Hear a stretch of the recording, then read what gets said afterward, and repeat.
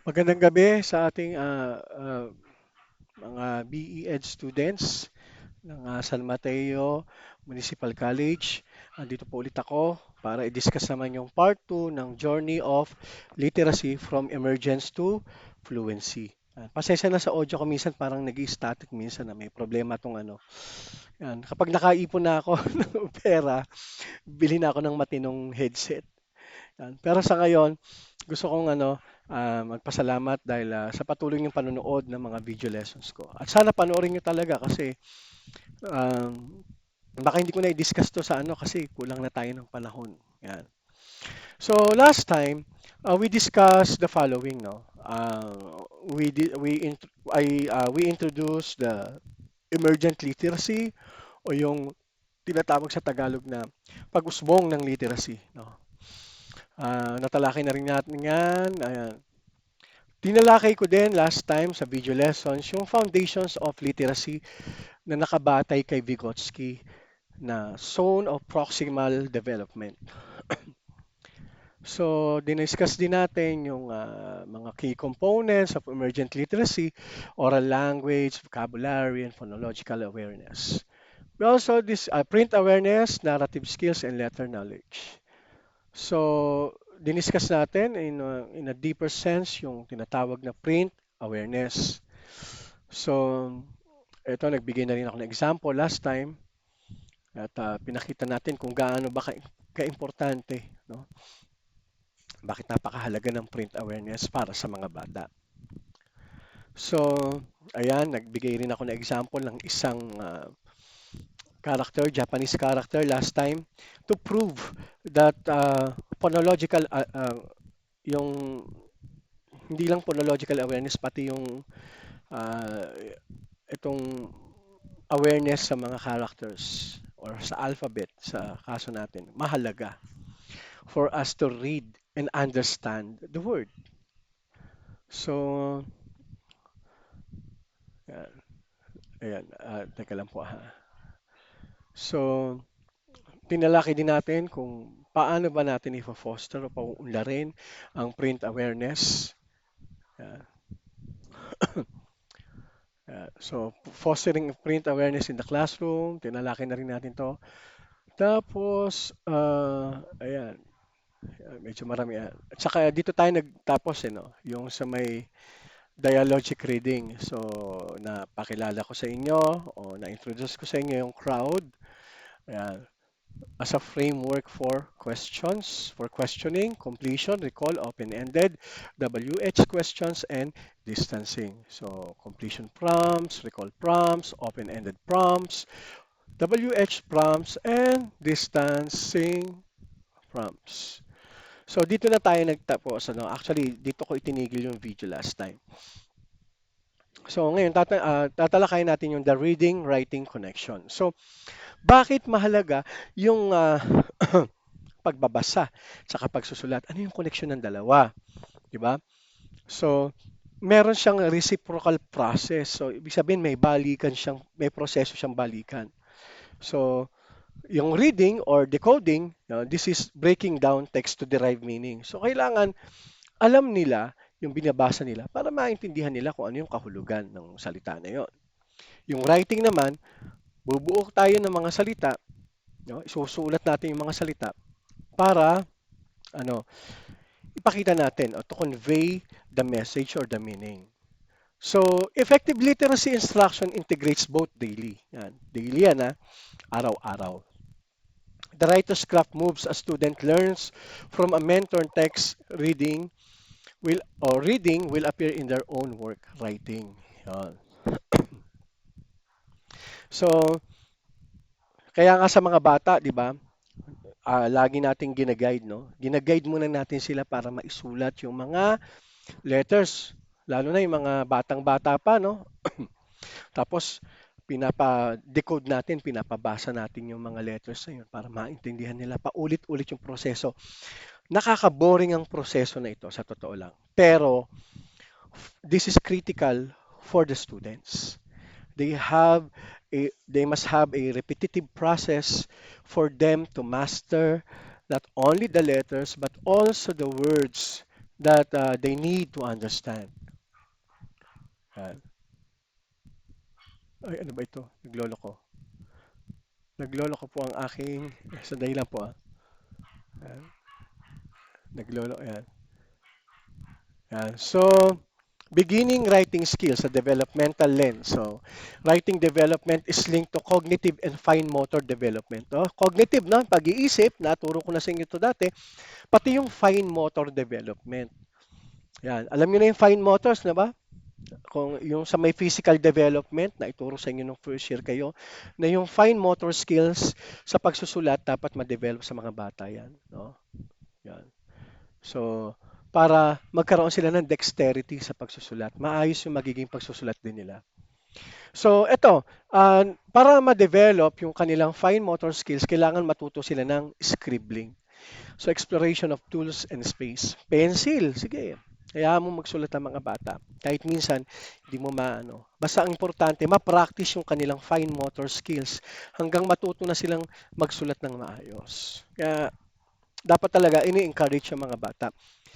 Lalo na sa mga bahay, no? Although sa bahay talagang nangyayari, minsan nasusulatan yung mga pader, ganyan, kasi nga they are trying to explore. Pero mas maganda na mayroong available na nasulatan for the child, for that particular children to learn how to write, no? Not only to scribble, but to write. Yan. Controlled scribbles and mock letters. So growing motor control and understanding of graphic form. So kaya nga tinuturuan, no? Lalo na sa preschool kung preschool kung paano malalaking mga pencil nila. Yan na ginagamit kasi nga masyado pang maano yung mga kamay nila, no? Hindi pa masyadong develop for fine motor skills. So kailangan bigyan mo na sila malalaking pencil for them to write, no? Um, the ayan yung mock letters na sinasabi sa kay mga scribbling. So kailangan din wait lang. Yung random letters and strings. So, demonstrates letter knowledge. So, sulat lang sila kahit anong letter. Yan. Yan. Para magkaroon si para ano, pasulat mo sila kung ano yung pasulat mo sa kanila, ikaw bilang teacher no, kung ano yung mga letters na alam nila. Para alam mo kung ano yung mga letters na kaya na nilang isulat at alam na nilang isulat. Yan. So, invented phonetic spelling. So, a critical stage, sabi rito, shows the child is applying their understanding of the alphabet principles. So, this should be encouraged, not corrected. Yan. So, bahala ka. Halimbawa, ang bata, nag-iimbento sila ng phonetic spelling para sa word na yon. Huwag mo silang sasawayin. Yun ang sabi, no? Encourage mo silang magsulat lang ng magsulat. Para makita mo kung paano yung pagkaintindi nila sa alphabet principle. Yan. Natandaan yan, ha? Next. So, writing strategy, shared writing. So, teacher and children compose a message together. So, halimbawa, decide on a message. Ito yung proseso. Number one, ano ba yung message na isusulat mo? Yan. Kunyari, babae. Yan. Babae. Yan. Decide on a message. So, yun ang napili mo. Kunyari, babae. Yan. Number two, teacher says words slowly. Babae, babae. Yan. So think aloud. So what sounds do you hear first? Tanong mo sa mga bata. Ano yung narinig nila? Ano yung una nilang narinig? At syempre, subukan mong ipasula sa kanila. Model phonics and print concepts. So, babae, sulat si babae para maintindihan nila na yung written word na yon ang ibig sabihin ay babae. Okay? Nakaintindihan tayo dyan, ha? So, may tinatawag din na language experience approach. Yan. So, this is a powerful tool for culturally responsive teaching. And, uh, ang tawag dito, supporting English language learners. Yan. Yan. Dito naman, no, lalo na sa mga English language learners, importante ito. Pero syempre, Sa atin, since ang pinag-uusapan natin dito ay mother tongue-based multi-language education, nakapokus din tayo kung paano isusulat yung mga salita sa kanilang local languages at saka syempre yung sa national language. So, ah, ano ba yung proseso? Number one, shared experience provides the content. Yan. So, shared experience. So, number two, the student dictates the story. Yan. Language experience approach. Yan. The teacher, ayan, ano, siyempre, na-share nyo no? Ah, nasa na dikta na ng estudyante yung story, no? So isusulat ng teacher kung paano sinabi yung exact words ng mga students. So siguro maganda rito meron kayong recorder para maisulat niyo yung exact words. So the resulting text becomes familiar and highly readable resource for that student. Kasi bakit? Siya yung nagsabi ng kwento. Siya yung nagbigay ng experience. At dahil siya yung nagbigay ng kwento, kapag sinulat niya na yon, mas madali niyang maiintindihan yung binabasa niya kasi galing sa kanya yung mismong kwento na yon. Yan. So, ipinapakita dito, no? So, this validates the student's language and experience. So, nagtutuloy ito between spoken and written words. Kapag ginawa niyo daw yung proseso na yan, yung language experience approach. Kuha nyo? Yan kapag nagturo kayo ng elementary, no, grade 1, no, ganyan yung gawin nyo sa mga bata. So, the writing center. So, this is a hub for creation. So, sa classroom, gagawa kayo ng isang dedicated space that invites purposeful writing. So ano ba yung mga materials na gagamitin? Doon sa space na yun, kahit sa sulok lang, mga two tables sa pinagtabi, tapos may mga writing tools doon. Yan. Halimbawa, variety of paper and writing tools, mentor text, examples of writing genres. Yan. Letters, lists, stories. Yan. So, magsusulat si mentor din doon, si teacher. Yan.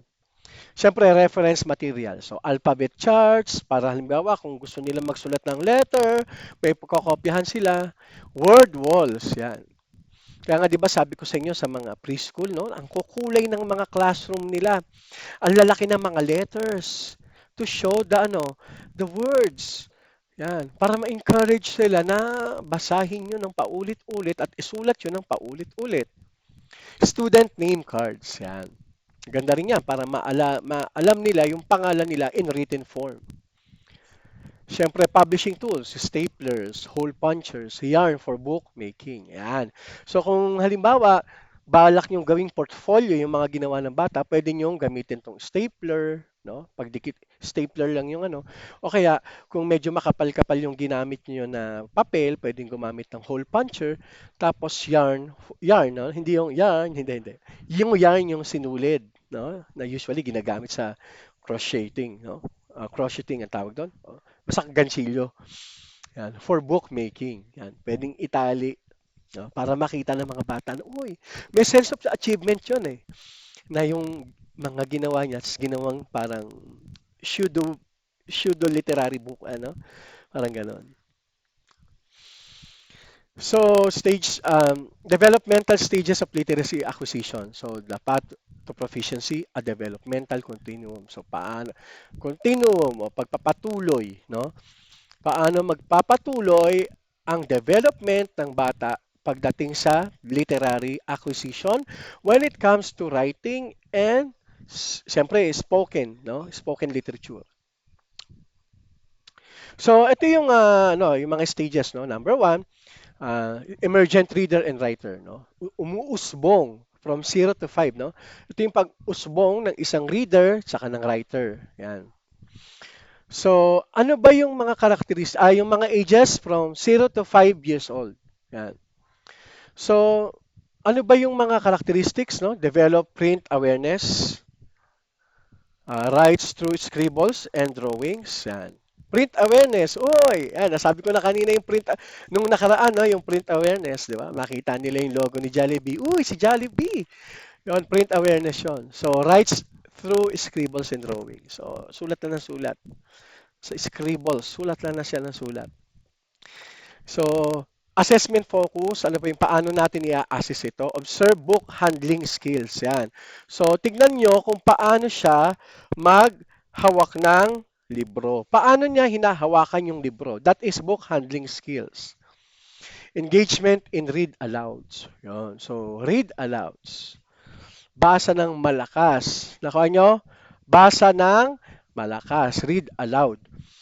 And recognition of environmental print. Yan. So, yun yan. Yung mga nakasulat. Yan. Nakakatuwa minsan eh. Halimbawa, pag nakita ng bata, no? Halimbawa, mga ganyang edad, 5 years old, oh, uy, stop daw, oh. Ganon. May nakasulat na stop. Yan. Kasi minsan, pag nagdadrive ako, no? Kasakay yung anak ko, tumitingin sila sa salamin. Uy, stop daw, oh. Tapos makikita ulit si Jollibee, tapos makikita SM. Oh, diba? Recognition of environmental print yon. Yun yung tawag doon.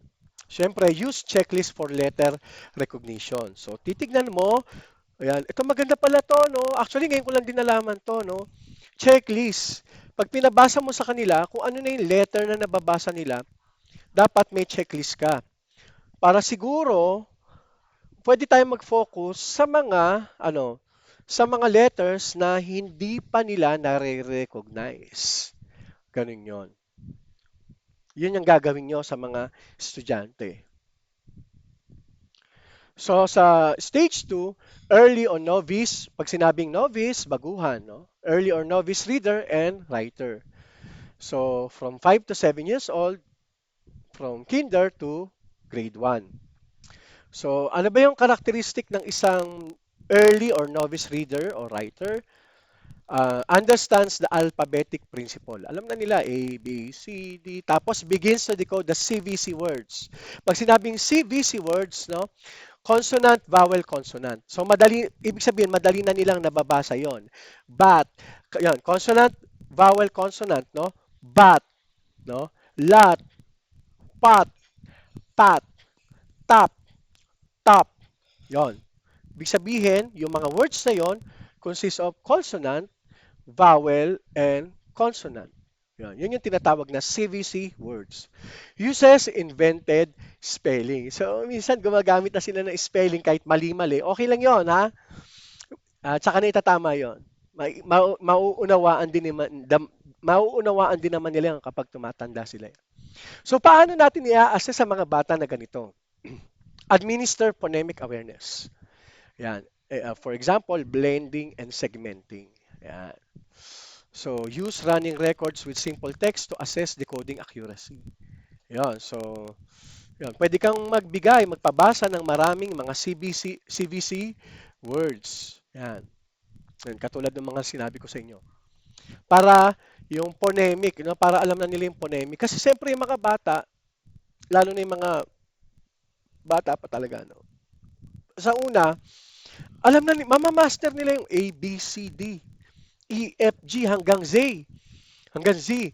Pero, pag pinagsama mo na yung mga letters na yan, hirap na sila.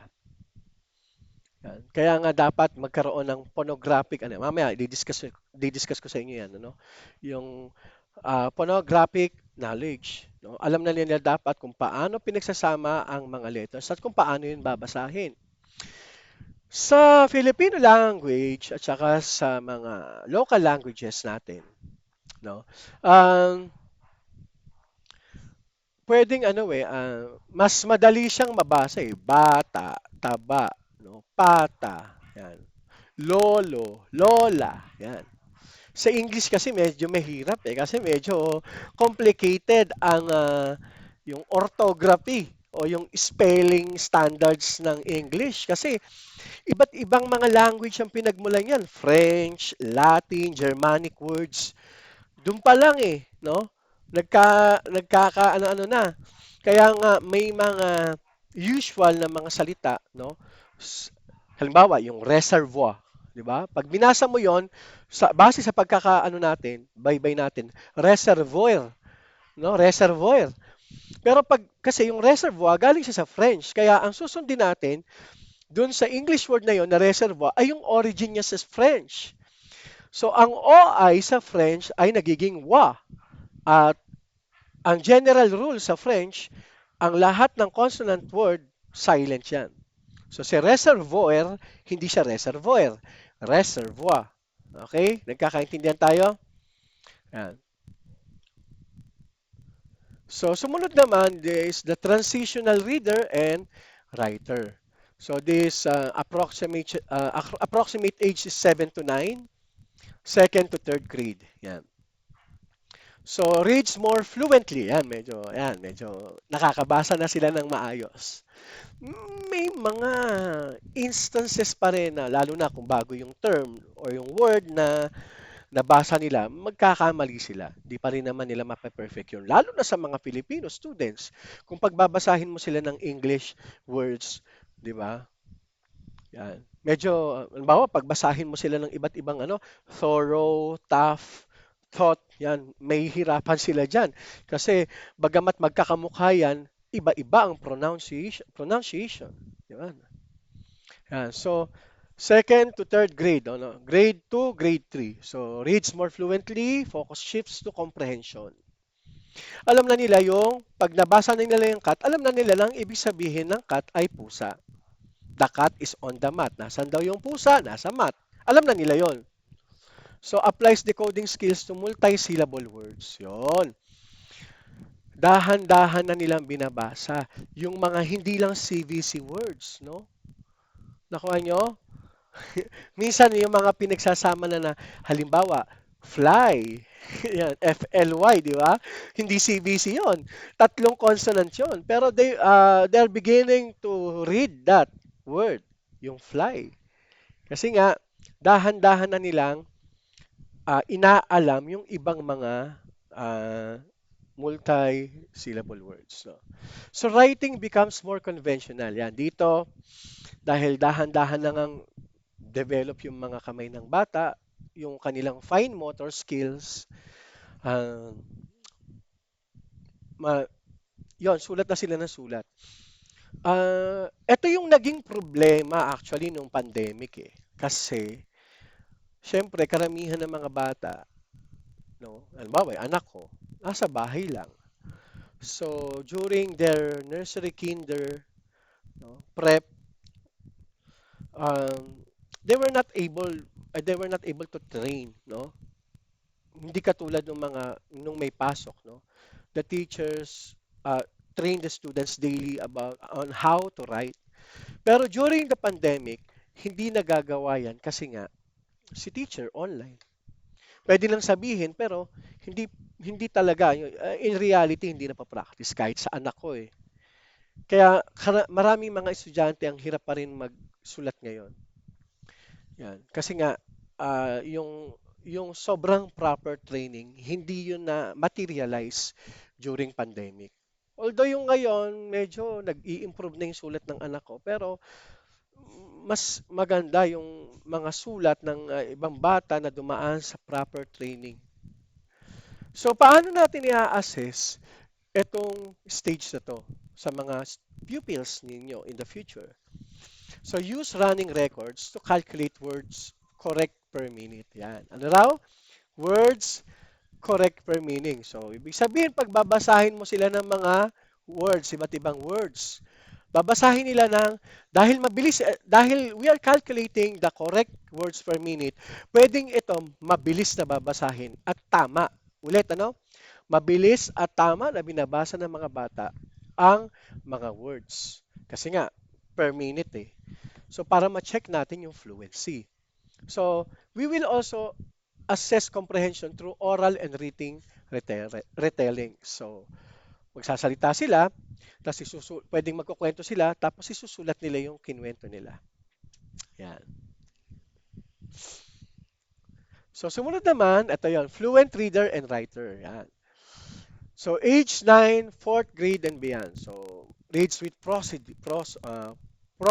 Meron, ibig sabihin, may expression na. No? Hindi katulad ng ang bata ay mataba. Hindi na ganun eh. Yan. Nakukuha nyo? May expression na. Uy! Yan, nandyan ka pala. Kanina pa kita hinahanap. Yung praising din. Di ba? Hindi yung, uy, nandiyan ka pala, kanina pa kita hinahanap. Hindi ganon. Uy, nandiyan ka na pala. Expression and praising, no? Uy, andyan ka na pala. Kanina pa kita hinahanap. Di ba mas maganda ng pakinggan? Focus is on deep comprehension and analysis. No? Ano ulit? Deep comprehension and analysis. So yung mas malalim na yung pagkaintindi niya. Kaya nga dito, ang mga bata, pinagsusulat na rin ng mga iba, no? Pinagsusulat na ng mga simpleng tula. Ayan. And analysis. So writing shows clear organization and purpose. Ayan. So, ayan, pag nagsulat na sila, ayan, biyad na to. Ah, mas magaling na silang magsulat. May organization na. May tamang mga punctuation marks na, period. Alam na nila yung comma, period, semicolon, or colon, diba, question mark. Alam na nila kung paano gamitin yon. At organized na. Ibig sabihin, organized na rin yung thoughts nila na mag-isip. At yung organized thoughts nila, kaya na nilang i-transfer into organized writing. Yan. So, paano natin i-assess ang mga bata dito? Mga pupils. So, ito syempre hanggang senior high na to. Use comprehension rubrics. Yan. So, gagawa ka na ng rubrics. Yan. So, pwede natin gawin itong comprehension rubrics sa pag bumalik tayo sa discussion natin. Analyze written responses to text. Yan. Ano ba yung mga sagot nila? Di ba? Kapag nagtanong tayo, ano ba yung sagot nila sa tanong? Kumbaga, is their answer corresponds to the question? Or uh, if the answer is if the answer does correspond to the question, the student's good. But if the answer or the written response to the text is incorrigible, hindi maintindihan, that is another story. Kailangan na maaaring hindi maayos yung pagpoproseso ng bata from stages 1 to 3. Yan. Yan ang problema sa ibang mga estudyante na grade 7 na hindi pa rin marunong magsulat ng maayos at iba hindi pa rin marunong magbasa. Nakakalungkot pero nangyayari yan. And assess ability to read and analyze various genres. Yan. Ayan, read and analyze. So, halimbawa, ito ba ay fiction? Ito ba ay history? Something like that. So, important note on stages. So, ano ba yung mga dapat natin gawin dito? Yan. So, these stages are the general guide for planning instruction, not rigid labels for children. Yan. Planning guide, general guide lang to, no? Nakuha nyo? Pero kung babalikan natin yung physical development, hindi naman pantay-pantay ang development ng fine motor skills ng mga bata. Nakuha nyo? So there are late bloomers sa tinatawag. So we are just using this for guide, not as a rigid label. Oh, 9 years old ka na, dapat magaling ka na magsulat. No, hindi ganun yon. Nakuha nyo? Hindi dapat ganun yon. So guide lang talaga siya. So use literacy development is a continuum. Ibig sabihin, dire-diretso, tuloy-tuloy na to hanggang pagtanda, yung literacy development. Kasi siyempre habang tumatanda, mas dapat challenging yung mga dapat niyang matutunan. Kasi siyempre, halimbawa sa philosophy nga, isa sa mga importanteng basihan, lalo na sa philosophy, no, ay yung argument. No? If you do not have a pool of vocabulary and grammar skills, may hirapan ka sa argument. Yan. So use assessment to determine a student's specific instructional needs. So ano ba yung mga assessment? Nasabi ko na kanina, di ba? Balikan nyo na lang yung nasabi ko. So differentiated instruction is key to supporting all learners in your classroom. For example, halimbawa sa high school, no, meron kang isa kang language teacher o English, Filipino, paano nila ispapaliwanag yung isang bagay? Yan. O ipapaliwanag. Pwedeng yung iba, ipasulat sa kanta, yung iba gawing tula, yung iba sanaysay, yung iba paggawin um, ng maikling kwento, yung iba mapaggawin ng dagli o short short stories. Yun yun. So, kasi makikita nyo, lalo na sa high school, may mga iba ng estudyante dyan na magaling gumawa ng kanta, magaling gumawa ng tula, may magaling magpaliwanag. Nakuha nyo? No? In essay form. So, pwede yon. Pwede nyo siyang differentiated. Dati nagawa ko na to, no? Medyo mahirap nga lang ang tool for rubric nito kasi dahil iba-iba yon, siyempre, magkakaroon din ng iba't ibang slight differences when it comes to giving rubric. Kaya medyo tedious ang proseso na ito. But nevertheless, this is very important. Yan. So stage 4, the synthesis of phonics and comprehension. Yan. So beyond the reading wars, a balanced approach. Yan. So phonics is the understanding of the relationship between phonemes and graphemes. So phonemes, these are the sounds, no?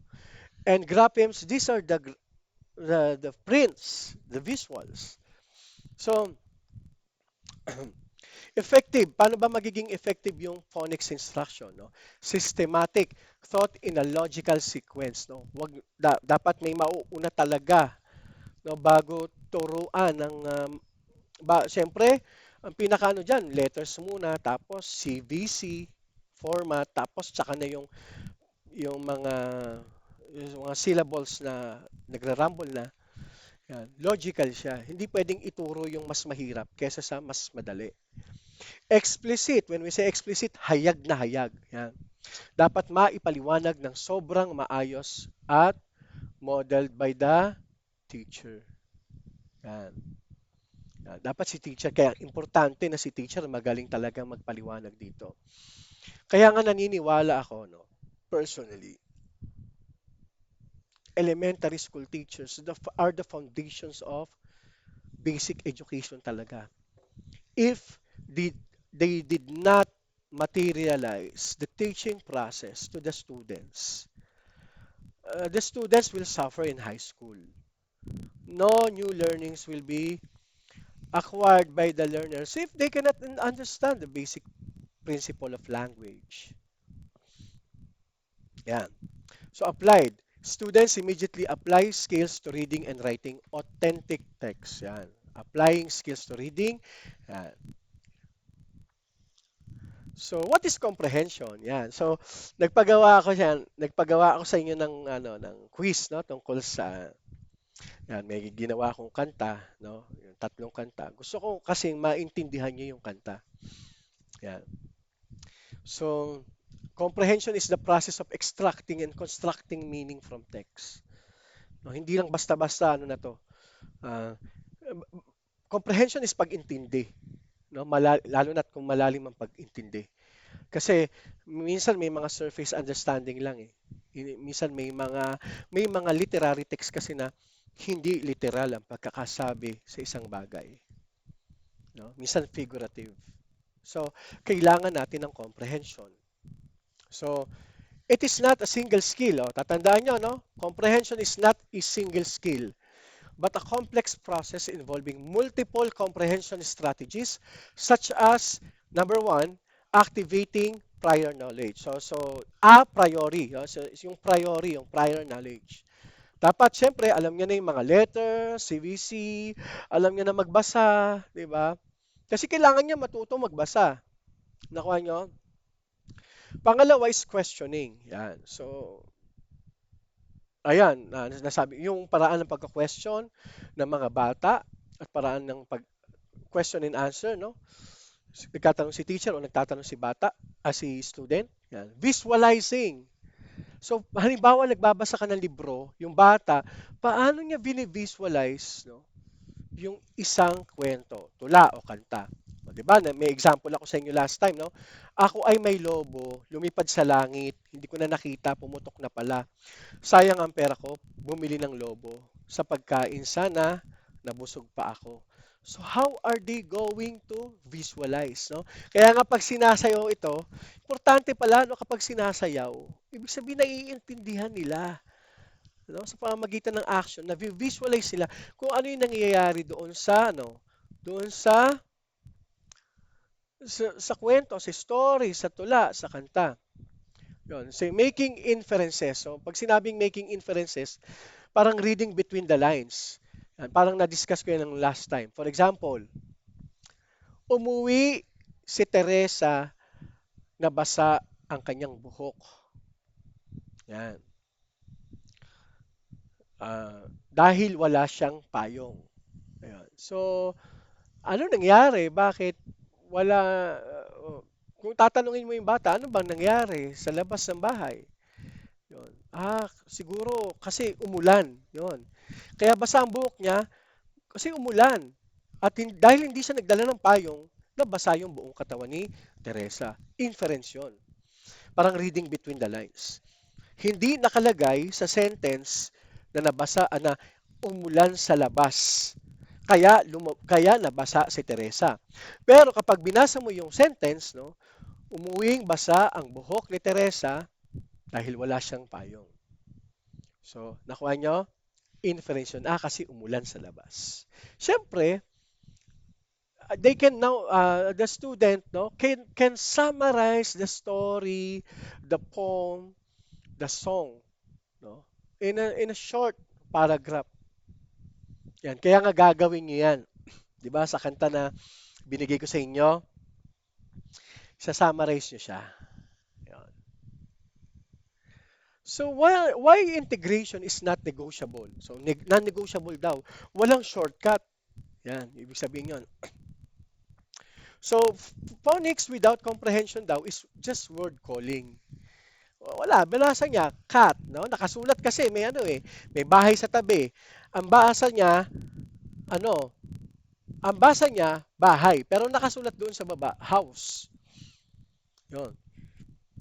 Yan. O kaya, nabasa niya yung house, pala, mali, ganito, no? Nabasa niya yung salitang house, pero hindi niya alam kung ano yung itsura ng house. Nakuha niyo? That is word calling. Comprehension without phonics is guessing. Yun. So, kung hindi mo naman, ayun, katulad nga na sinasabi ko sa inyo kanina, nakita niya yung bahay, may nakasulat sa baba, bahay, pero ang basa niya ay, ay house. Yan. So, ibig sabihin, nasabi, alam niya kasi yung ano na yon sa picture, naiintindihan niya na yun ay isang bahay. Pero hindi niya nabasa yung actual na nakasulat doon. Guessing ang tawag doon. Skilled reading requires both working together. So, kailangan may phonics at may comprehension. So, ito yung tinatawag na reading rope ni Scarborough. Yan. So, may tinatawag tayo na, ayan, ito, makikita nyo naman, ano? Yan. So, makikita nyo na yung kulay green, makikita nyo, no? Para maging skilled reading daw, maging skilled reader daw ang isang bata, kailangan niya ng mga sumusunod. Sobrang dami. Sa language comprehension, kailangan niya ng, ito, babasa, isay naman natin mamaya yan. Kailangan niya ng background knowledge, kailangan niya ng vocabulary, kailangan niya ng language structure, kailangan niya ng verbal reasoning, kailangan niya ng literacy knowledge. Yun yung sa unang row pa lang. Sa pangalawang reading rope, sa word recognition, phonological awareness, decoding, and sight recognition. Yan. So, ang dami. 1, 2, 3, 4, 5, 6, 7, 8. Kailangan ng 8 skill ang bata. No?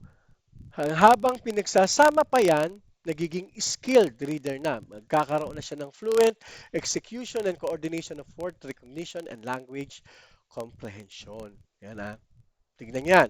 Papaliwanag natin isa-isa. Tignan natin.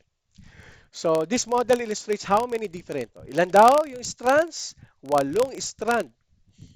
Woven together, create a skilled, ano raw?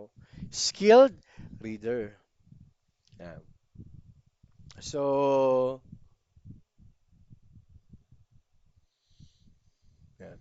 So, una, language comprehension strands. Yan. Yun na yun, ano? Background knowledge, vocabulary, language structures, verbal reasoning, literacy knowledge. Those are the language comprehension exams. Tingnan nga kung may paniliwanag dito. Ayan. So, yan. Sabi ko na rin naman sa mga nakaraan na video to. Kailangan may background knowledge, vocabulary, language structures, verbal reasoning, literacy knowledge, word recognition strands, phonological awareness, decoding, and sight recognition. Yan. So, kapag itinuro niya to, kailangan lahat ito madadaanan nyo. Lalo na kung teacher kayo ng reading, tsaka mga languages subject. Mapa-Pilipino, mother tongue, or L3 English. Yan, importante yan. So, balikan nyo ha. Ito yun, ano. Yan. So, ayun, ipaliwanagan natin dito para ano. So, sa background knowledge, yung facts at saka yung concepts ng pagbabasa, ng comprehension. Vocabulary, yung breadth, yung lawak, no? Precision, or your dexterity, links. Yan. Language structures, yung syntax at saka yung semantics, no? Pag sinabing yung semantics, may kinalaman nito sa mga words, no? Na may kaalaman sa mga salita. Yun na lang ang pinaka mabilis sa paraan doon. Verbal reasoning, inference, sa ipaliwanag ko na yan. Metaphor, yan, ako, importante yan, yung mga verbal reasoning. So, gumagamit ng mga figure of speech, not only metaphor, no? Siyempre, literary knowledge, print concepts, genres, etc. Sumunod naman is the word recognition. So, nasabi ko na kanina yan, syllables, phonemes, decoding alphabetic principle, spelling, sound correspondence, and sight recognition of familiar words. Naipaliwanag ko na lahat yan. So, meron din tinatawag dito na simple view of reading ni Go and Tunmer. So, a research-based formula. So, paano daw, ito, formula to, research-based. So, ibig sabihin, pinag-aralan to. That clarifies the components of reading comprehension. So, una, decoding, language comprehension, uh, decoding, language comprehension equals to, ayan, formula to, no? Parang mathematical formula, no? Decoding times language comprehension is equals to reading comprehension. Yon. Yon. So para daw masabi mo na may reading comprehension ng isang bata o pupil, kailangan marunong siyang magbasa at maintindihan niya rin yung binabasa niya. Yun yung tinatawag na reading comprehension. Na karamihan sa mga bata, aminin natin ano,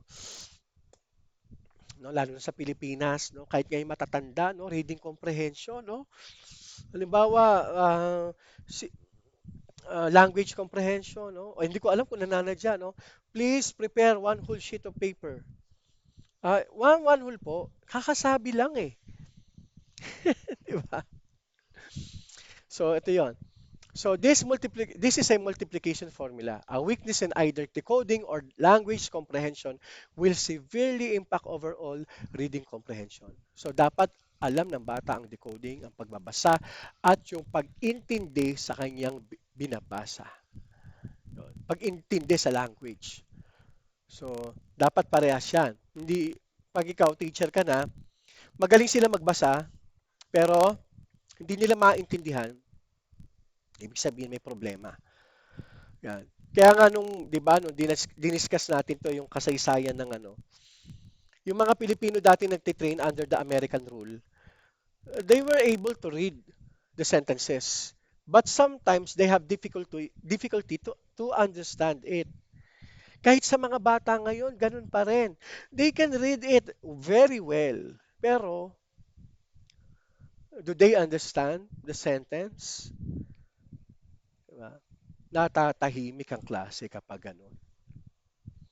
Kaya nga, as a pre-service teacher, you must, you must let the student understand the words and the meaning of the words for them to have a reading comprehension. So, ayan, strategy for integration. Does that make sense? So, teach students to be metacognitive. Yon, meta. Yon, may kaalaman, no? After, yan. Yung nalalaman nila, pag sinabing metacognition, no, may kinalaman yan sa kaalaman, sa pag-iisip, no? Yan. After decoding a word, prompt them to self-monitor. So, reread the full sentence. Pwedeng magtanong, does that make sense? Yan, comprehension check. Yan, halimbawa, nagbasa ka. Yan. Tapos, binasa yung sentence. Halimbawa, sa book. Does it look right? No? Phonics, visual check. Yan. Kaya pala nag-check ng grammar. At saka yung, ayun, yung so visuals, no? Phonics and visuals. Does it sound right? No? Grammar and syntax check. Yan. Yan. So, halimbawa, pinabasa ko, I have car big. I have car big. So, binasa nila, I have car big. Does it make sense? Pwede po, pero parang, does it look right? Parang mali po kasi parang there's something wrong, no? Bakit? Ano yung mali? Kasi parang dapat po mauna yung big bago yung car. I have a big car. Hindi po I have a car big. Nakuha nyo? Okay naman yung ano eh, di ba? Makikita mo, katanggap-tanggap yan kung bata ang nagsalita, yung toddler, ganun. Pero kung halimbawa, isang reader na, yan, makikita na nila, at kung alam ng bata, yung mali, makikita na nila yung, ano, yung instances. Yan. So, strategy for integration, using context clues, yan. Teach students to use multi-pronged approach. So, multi-pronged, ibig sabihin, hindi lang isang diretso na approach. Dapat multi-pronged. Kumbaga, dito parang gumagawa ka ng isang web, no? Na kung saan yung nasa gitna ng bilog ng concept map ay yung learning o reading comprehension. Tapos, pwede mong gamitin yung mga multi-pronged approach o yung iba't ibang mga learning approaches sa pagbabasa. Yeah, so number one, look at the picture, get your mouth ready, look at the first letter and make the sound. Yan. Yun yun. Cat. Yan, may picture ng cat. Oh. Look at the first letter. C. Yan. Make the sound. K. Yan. Read through the word. Yan. Cat. Reread the sentence and think, what word would make sense here? Yan. Then, put it all together. Yan. So, malaking hamon to sa mga teachers, no? Pre-service teachers, lalo na kayo mga elementary school elementary education teachers. So, syempre, from phonics to fluency yan. So, fluency is the bridge between word connection and comprehension. No? Recognition and comprehension. So, fluency, yan. Ito si recognition, ito si comprehension, andito dapat si fluency. Nasa gitna siya. This is the ability to read text. Hindi lang basta accurately at an appropriate rate with proper expression or prosody. Ano tawag ulit ng expression? Prosody. Affluent readers' cognitive resources are freed from decoding to focus on meaning. Yan. So, kapag nagbabasa na siya, no? ah, kapag marami na siyang alam, no? Na mga word, no? Mas madali na niyang maiintindihan eh, no? Magkakaroon ng comprehension ng bata kapag marami na siyang full of vocabulary. Yan. Dapat nga daw nababasa ng accurately. So, dapat yung tamang diction. 'Di ba? Dapat ang basa mo dito ay diction, hindi diction. Nakuha nyo? Yan. So, accurately at an appropriate rate. Yan. So, hindi dapat uh, acclimatization. Hindi. May ano yan, may proper station. Acclimatization. Yan. Hindi yung acclimatization. Hindi. Nakuha nyo? Acclimatization. Mali yung kanyang ganon. With proper expression. Yan.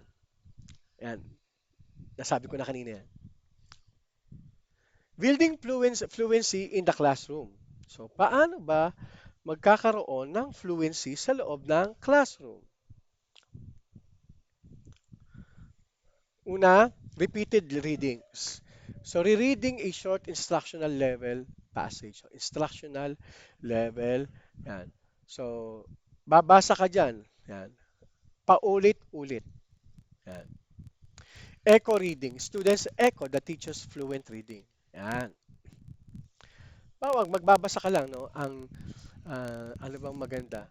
Kunyari lang, ano, an unexamined life is not worth living, no? An unexamined life, pero mahirap to, no? Ano kayang magandang pang-elementary na, ano, ah, kunyari, I have a very big house. I have a very big house. Yan. Yan yung babasahin natin. I have a very big house. Yan. So, minsan kasi may iba, I have a very big house. So, hindi. I have a very big house. Echo reading. Babasahin nila kung paano binasa ng teacher yung passage na yon o yung sentence na yon. I have a very big house. Babasahin nila yan. Choral reading. Sabay-sabay. No? Unison. Ibig sabihin ng unison, sabay-sabay niyong babasahin.